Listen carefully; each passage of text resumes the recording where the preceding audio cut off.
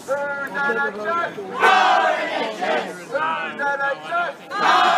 why are you guys all here today? Well, because of the decision by the Trust to close the A&E department here at night from 10 o'clock tonight.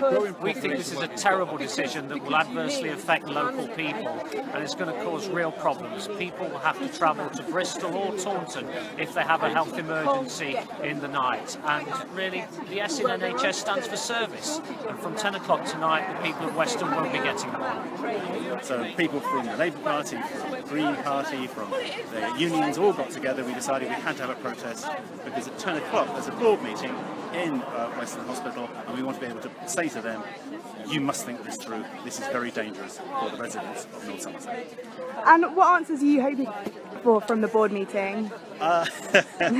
Realistically, I'm not expecting to hear very much. I was quite shocked to hear the clinical lead from the CCG on Radio Bristol last week, I think it was, not have any clear idea what was going to happen next.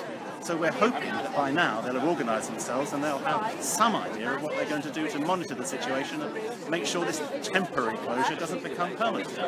And how do you think that the temporary closure is going to affect people living in Weston and kind of across North Somerset? Well, they claim only 27 people a night go to Weston General A&E, but this is now the summer holidays. I mean, there's thousands of tourists arrive here, and I think it's extremely dangerous. There's all sorts of evidence, clinical evidence, which shows that travelling people in a trauma situation is dangerous. Therefore, they should be able to come here. There should be some form of A&E to care for them. And what would you like to see happen next in kind of an ideal world? That they reopen the A&E and they stop the deliberate underfunding of the NHS. Around 6 weeks ago, my eldest son had a very serious allergic reaction, anaphylactic reaction. His eyes swelled shut, his throat was in the process of swelling shut.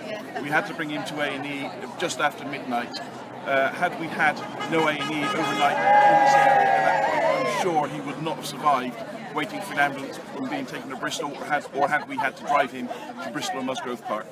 And how worried does that make you feel now, knowing that kind of if that same thing happened tonight, that you could be in a very different situation? Worried enough that I've collected 4,000 signatures about it. And I think, what do you think should be done to kind of save the future of the A&E? Well, we need to have some strong leadership from the Trust Board. They need to make some decisions very quickly, and we need to know what the plan is to get the A&E back running 24/7. They've said it's a temporary closure, but nobody can define temporary at all. So I think their options are twofold. Either they recruit more doctors quickly, or they hook up with a larger trust where they can share resources and we can get an A&E service back here in the night for local people.